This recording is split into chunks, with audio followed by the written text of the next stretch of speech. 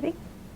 Today is August 7th, and my name is Monica Marquez, and I am interviewing Cleo Estrada, who is a student professional services here at the University of Colorado at the Multicultural Affairs Department. This interview is being recorded for the Boulder County Latino History Project and the Maria Rogers Oral History Program. The interview is being filmed by Kelly Sarceno. So Cleo, Hi. Tell me about yourself.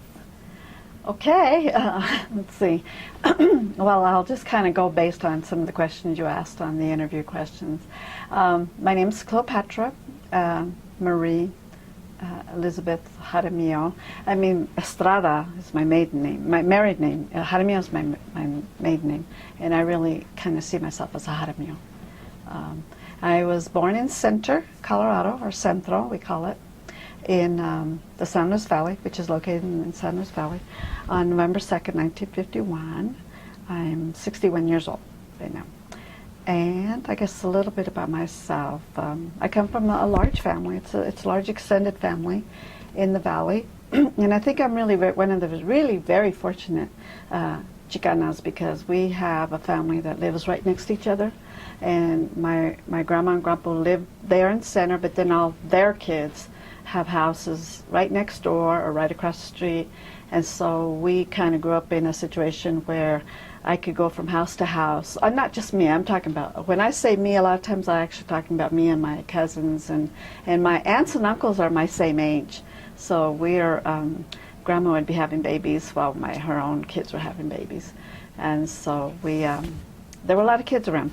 And they, all of my aunts and uncles could serve as parents, and so there's a very close-knit family. We're a large group too. It's a clan, and so our group, pretty much the way I grew up, I didn't really have to make friends on the outside because I had so many people on the inside. So I don't know if that I developed really tremendous social skills with people, and I could kind of like dismiss. I can be pretty dismissive of outsiders. I don't really need them. I don't want them. They can just, you know. But within the family, there's a lot of, like, one of the strong values is loyalty to the family, and also projecting a good image of the family out there to others. So that was kind of our work all the time. I have in my family, I have my mom and dad. I still have them. And they're still alive, and they're still kicking, and they still do a lot of things, which is a real surprise to me. And they still live in the valley. But I had, I think, 8 brothers and sisters, but one died when he was a little boy, and then another one is an adopted child, and she's my youngest sister.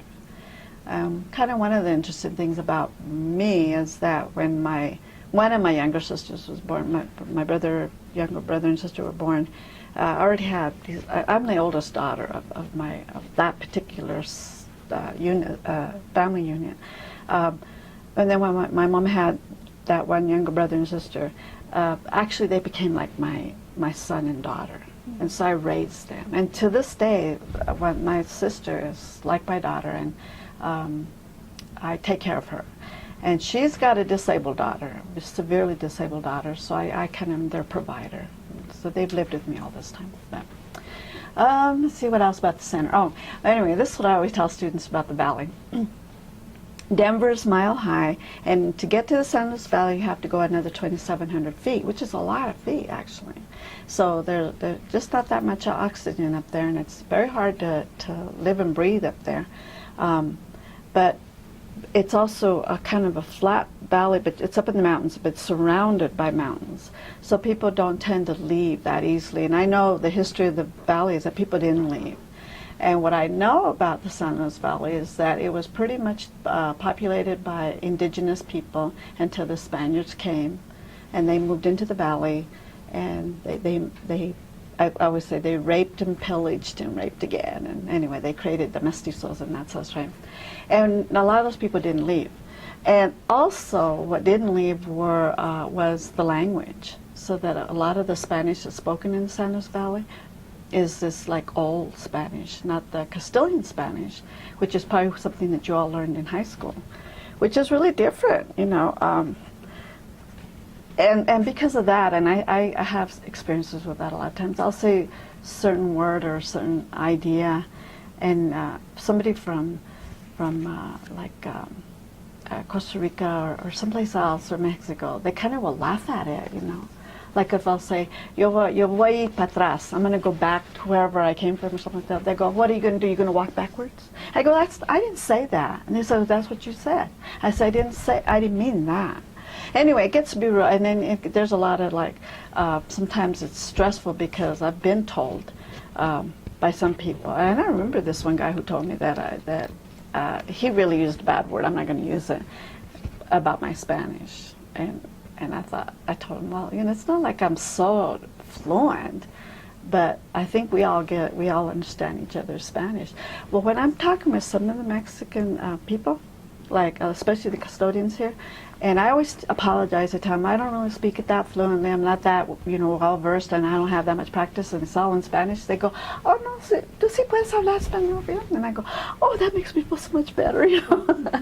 But sometimes some people have like a real attitude about the Spanish we speak, and that's not fair, you know. Anyway, I was growing up in Center.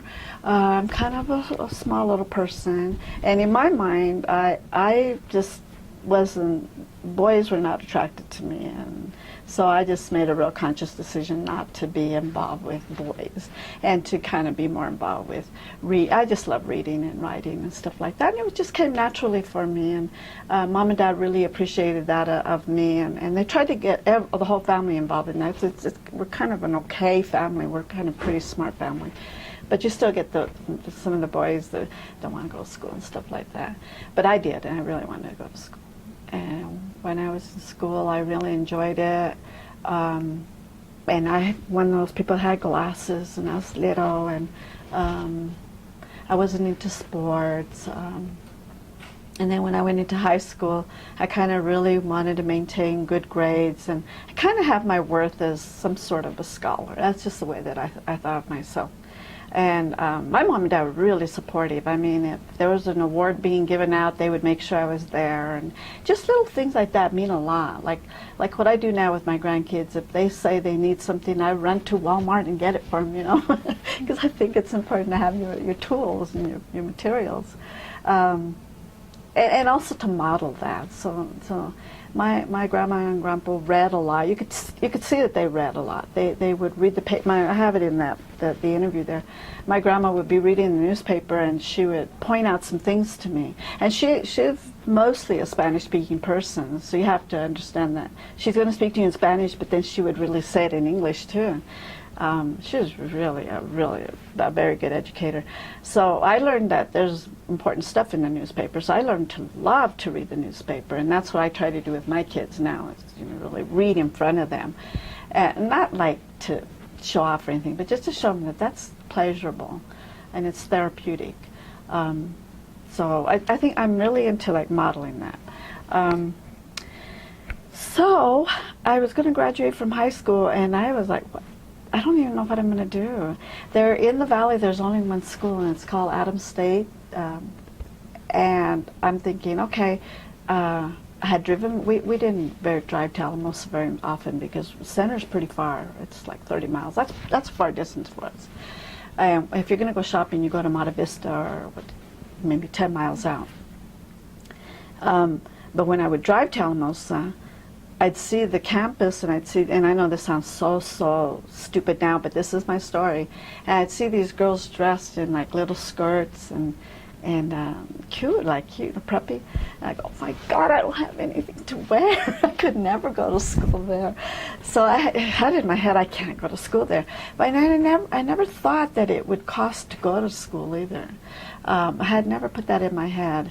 But one of the things, because I'm living, this is the sort of life we lived in the valley.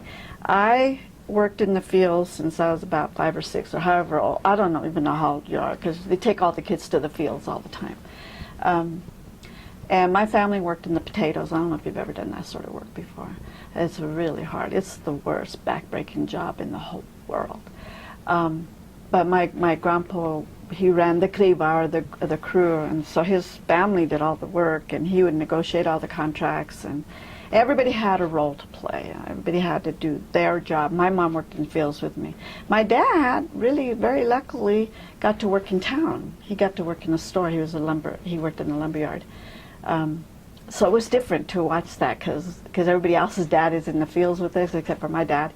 But we're really proud of everybody's proud of him because he's working in town.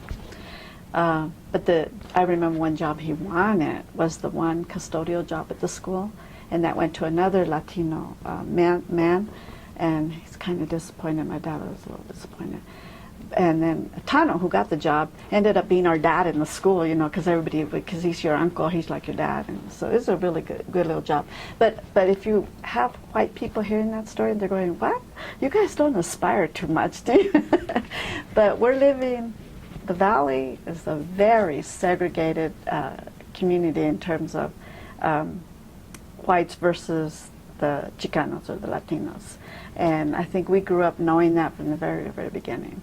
You could tell because the town is completely divided in terms of there's a main street and all the gabachos live on this side, and gabachos is another word for whites. And they had all the nice houses, the curbs, the sidewalks, the lawn. And on our side we had dirt roads, and we're over by the railroad track, and when you're working in the potatoes and all that kind of work, all the dust kicks up, and in the evenings we'd have these orange misty evenings because the dust is all in our side of town. And I remember we'd have to clean the living room and the house, and it'd be, we always had to keep dusting. It would just like settle, you're sitting going, oh my God. Anyway, one day, just so Maureen could hear this, but my dad and my Aunt Jenny, their brother and sister, and some other community people got together and went and demanded that our side of town have pavement on the roads. And so we have that, but we still don't have sidewalks. We don't have curbs and stuff like that. But everybody kind of takes care of their own lawns and stuff like that. But it takes a mighty effort to get the head of a community like that to decide to go ahead and put some money into another part of town. And so you get to see all that. This is so clear to us that we were the oppressed people, that we were second-class citizens, that we didn't have a right to be on the other side of town. Well, the interesting thing is that the school building's on that side of town, so we always had to go over there. We had to walk over there. We had to walk blocks to get over there. And we could see everything that they had. But psychologically, because I think back to it, I know that we had to kind of just psychologically not think about it. You have to think, well, we're going to school, we're getting educated. All our teachers are white. This is a Chicano community, percentage-wise, and most everybody speaks Spanish. Even the white people speak Spanish. When other workers would come in to work the fields, they would be Mexican men. Now, I was born in the 50s, so when I was growing up in Center, the Mexicanos were mostly males. And because I'm a female, we were not allowed to talk to them, not allowed to cross the street, not allowed to be around their camps at all, which is like fine with us, we're just little girls and stuff. We're really actually young little girls. But sometimes the Mexicanos would come and work in the fields, but they didn't have to do the same sort of work we did. And sometimes we would have real American Indian people come, and they're mostly women, and they would be dressed in like really like native garb. They wouldn't even be like you're going to go work in the fields. You want to wear some gloves sometimes and maybe a hat and cover yourself. And they'd be wearing different stuff like velveteen and like skirts out in the fields, And we didn't talk to them either because they spoke a different language. But pretty much my world was around seeing how whites lived and how the Chicanos lived, and they were very different. Then, let's see, my whole family worked in the fields, in the potatoes, but then there was a moment there sometimes, and we're real young, and when we would get our checks or our cash, we'd hand it right over to mom and dad. And then later they would go, like in September, they'd drive up to Alamosa or to Pueblo and buy our clothes and our shoes for school. And we'd have like our Christmas, because it'd be in September. And then later we'd have another Christmas in December. And they would give us like $5 which is a lot of money for us back then, $5, to go, and we go downtown and spend it all right away, and candy apples and stuff like that. Because for some reason, during the harvest season, there'd be all these vendors in town selling stuff, so it was just really great. I mean, I can still smell it, and it feels really great and stuff like that. But you think about how really hard that work was hard. I mean, I remember just dying. And my mom had to pick potatoes too, and I put it in there that even at the end of the day, she would. I'm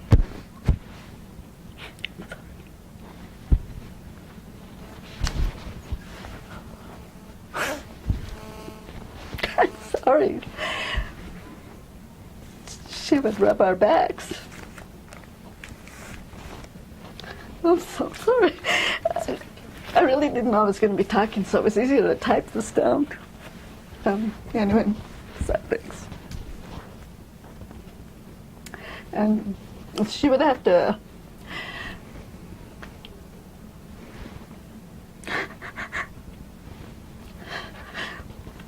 I'm so sorry.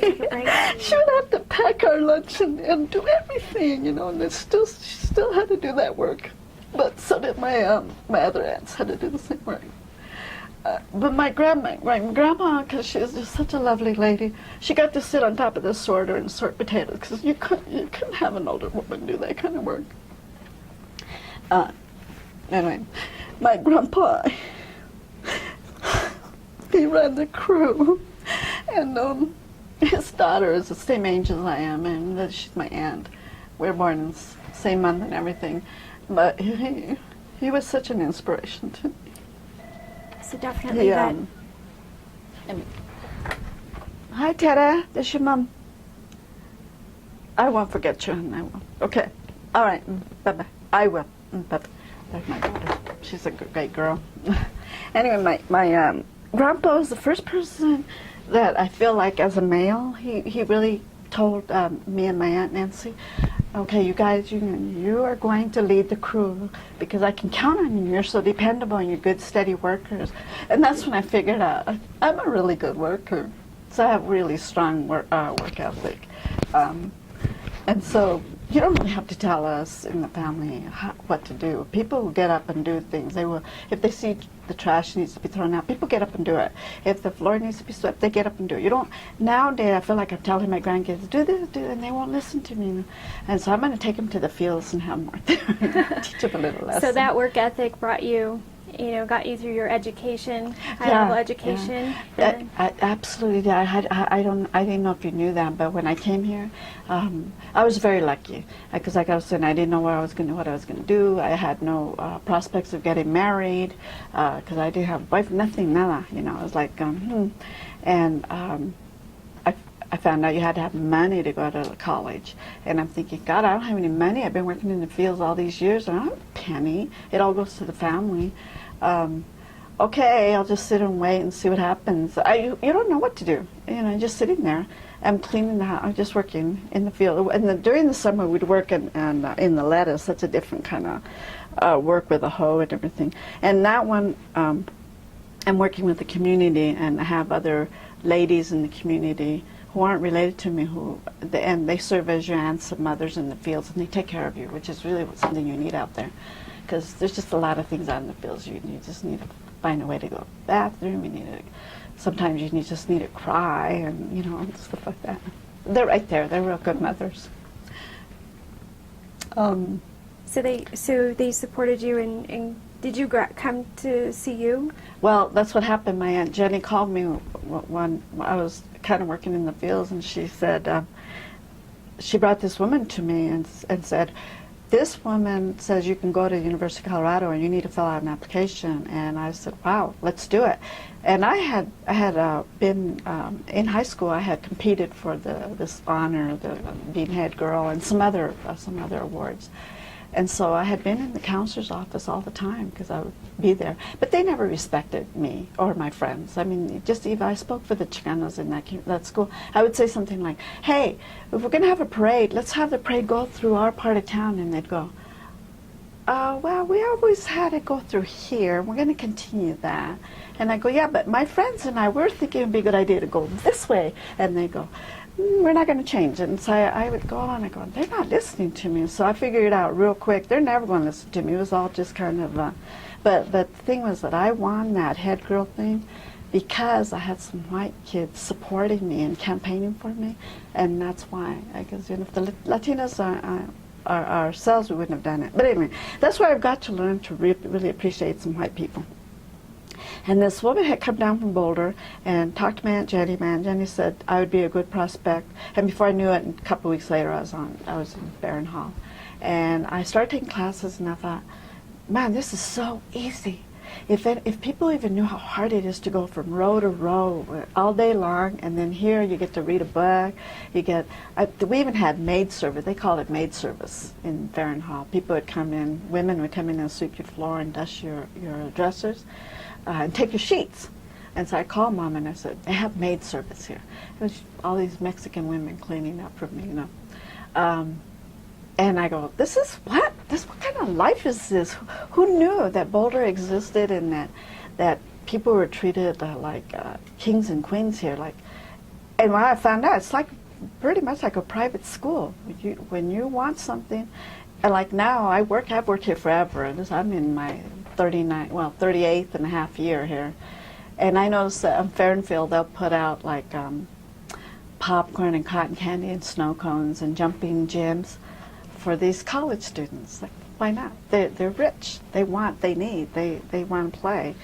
And so I tell all my Chicano students and students of color, go, take advantage of it. You know, it's here now. You know, you're not going to have this forever.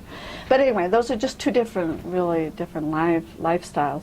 And I did really well here. I was on the dean's list, and all kinds of stuff was happening just like that, just because I would go to class and I would study and I would make good grades. And then one time I remember one professor, he was a geology professor, I told him I can't go to class because I'm going to go to a Cinco de Mayo celebration in Denver. This is a long time ago before there was a whole lot of Cinco de Mayos. And I wrote him a note and asked him for permission.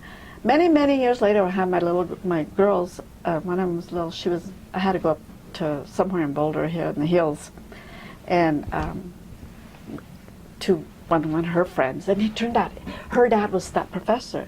And I didn't know that because I just said, and so my daughter, I'm going to leave you here for a little while, and my name's Cleo. And he goes, I knew a Cleo. She was in my class, and she wanted to go to Cinco de Mayo, and I told him that was me.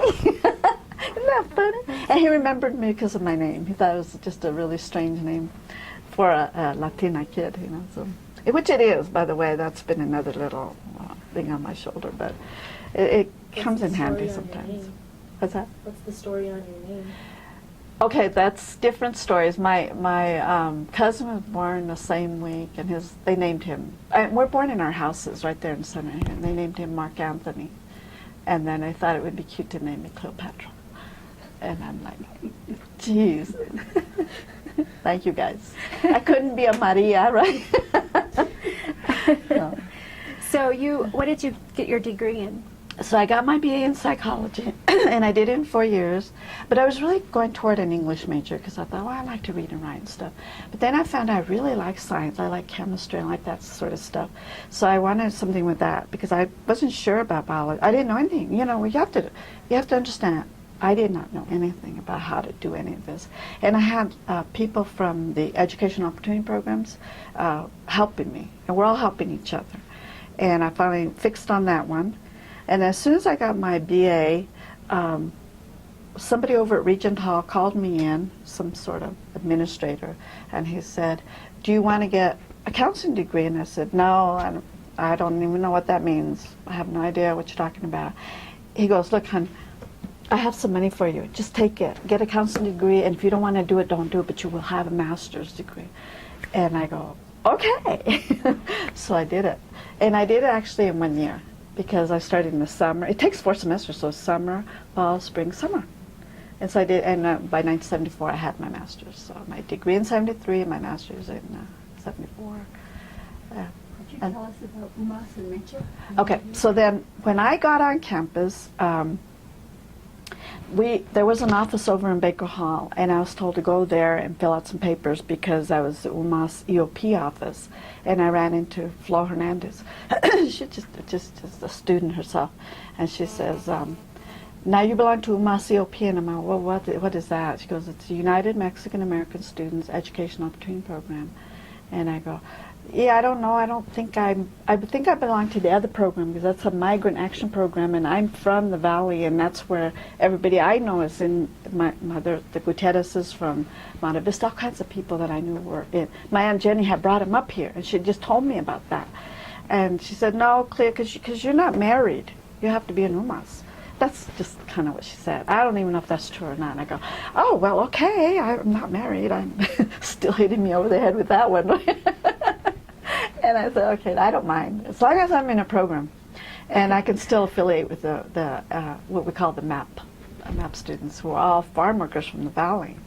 And she said, do you want to work for me? And I go, can I? And she goes, do you type? And I go, do I type? My God, I'm one of the fastest typists in my school. I was bragging about myself. So she gave me a job, and it ended up, she goes, okay, your job is you're going to be a secretary to the UMA student organization over in the UMC.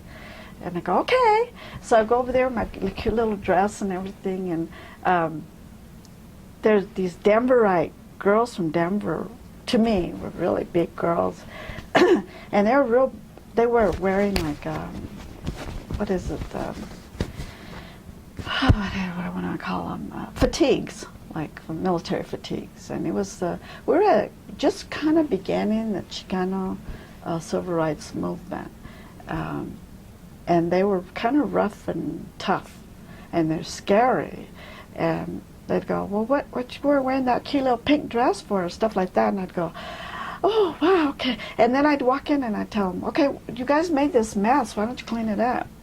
And they go, well, who are you? And, and I'm thinking, oh, my God. I said, look, I work here, and I think we should keep it clean. Anyway, these women became really good friends of mine eventually, really great friends. But in the beginning, then I told them, you guys have scared the hell out of me in the beginning. But down deep inside, they were just as scared as I was. Just that they're from Denver, and I'm from the Valley. And then they didn't speak Spanish, and they were intimidated by my speaking Spanish. They were intimidated that I was a reader and a writer, too, I think. But they were, too. They were really good. I really thought they were just, some of them are innovative thinkers, and because we would talk in groups about what should we do next. Anyway, UMAS was a very politically active organization. And to me, I guess one of the things when you asked me earlier, Monica, what do I want to say? I really want to say that I think the Chicano movement on campus was the biggest thing that ever hit Colorado, and it was hit by some of the most important people I've ever known in my life, and nobody cares about it, and nobody has said anything about it, and they've dismissed us, and they make it out as though it's a black movement that happened here. The African American students here had nothing to do with what was going on. They were nowhere to be seen. They wouldn't go to rallies. They didn't go to any of the demonstrations. They didn't take any of the risks. And we started right away. I came in September '69, and almost immediately, within a few weeks, we had already taken over the financial aid building office. Really, the building was in Willard, and just hundreds of students out there demonstrating, and it was like a whole phenomena for a lot of universities across the nation. And it wasn't that we were just angry about financial aid. It was like there was a lot of anger about everything politically. Even the white students were angry because they called themselves anti-establishment. And they were fighting against being pigeonholed into this 1950s model of just following the rules and being conservative. And they wanted to be who they wanted to be.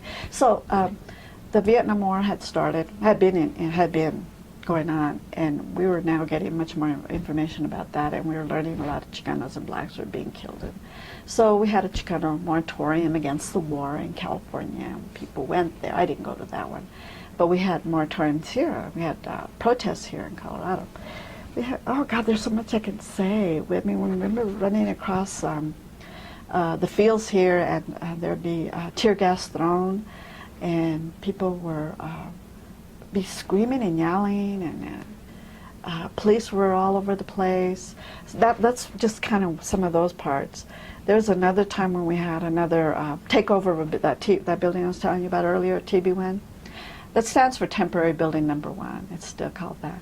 But that's where they housed all of the education opportunity programs, which were UMAS EOP, the Migrant Action Program EOP, Asian American EOP, and Black EOP. And what was the other one? Oh, American Indian. Oh, it's called Native American EOP. And we took over that building because we didn't like those administrators. But I'll have to write this all down one day. This is a lot of historical information. The 2 Latino administrators were really conservative and had sold out a lot of the Chicanos by agreeing to let the military come on campus and recruit them. And people got really mad and said, we need to oust you. And so they took over the building. And university officials were like, no, you can't just do that. And we said, yes, we can. So they took over that building. And it was during that time that some Chicanos got killed in Boulder. And you probably have heard those stories. And those are friends of mine. These are people I actually really knew well, except for Francisco Dodori. I didn't know him. I didn't know who he is. I still don't know who he is. Francisco Dodori. But Neva knew her real well, Andreas. And I didn't know his girlfriend because she was a white girl. And we kind of found out about that later. But she sounds like she was a great person after all, in the end. But Freddie Granados was a really good friend. I mean, he and I, and I'm talking about me. I'm just kind of this younger person, but you get to know a lot of the movers and shakers because if you're at meetings and you're talking, and they actually would listen to me. I would say things because I'm pretty assertive. I'd say, well, I think that's not a very good idea. I'd raise my hand and I'd explain it, and then they would have conversations with me. So I felt I took on a whole aura of. I think people want to hear what I have to say because I'd say, well, I don't know, I'm just from the valley, but this is how we think. I don't know if we all think like this, but I think this would be helpful. And then some people from the valley were really supportive of things I would say, and I'd be supportive of them. So you could tell that people respected what we had to say from the valley. And the more that I spoke up, the more attention I got from people. But in terms of the movement, I didn't go out there and do speeches or anything like that. I was really good about making signs, making food, making sure that people had information. So what kind of change did the movement bring? And that Well, you see today? Today, oh God, I don't know. Well, one thing we did, we've got more students on campus. And we actually had recruiting drives to different places, like in Denver. You could go to Denver and we could find people anywhere.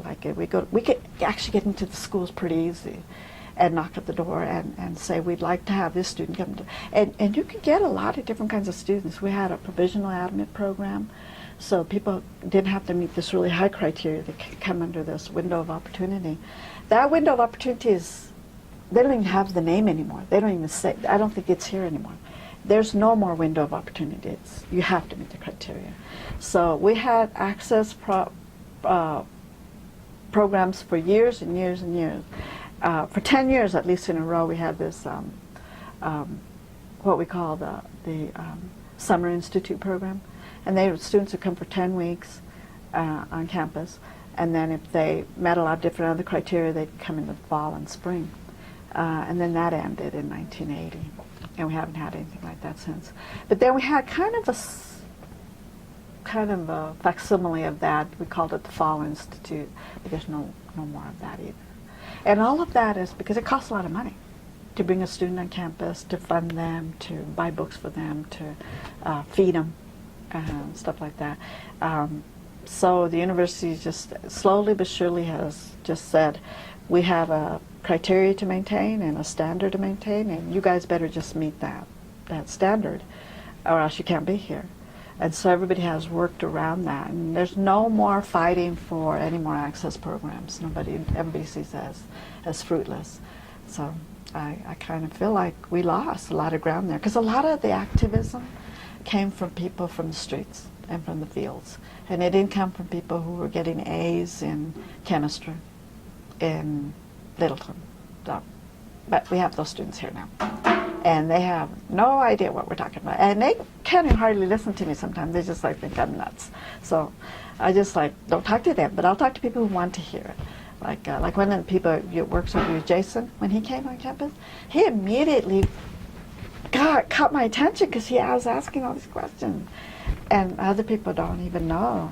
Now, I've had some students, when I've done a presentation, they'll come by. I had one student say, you really should teach a class around this. And I go, well, we're just going to have to work on it. But before I knew it, this student went to student government and went to the ethnic studies department and had a class. They ended up with a class.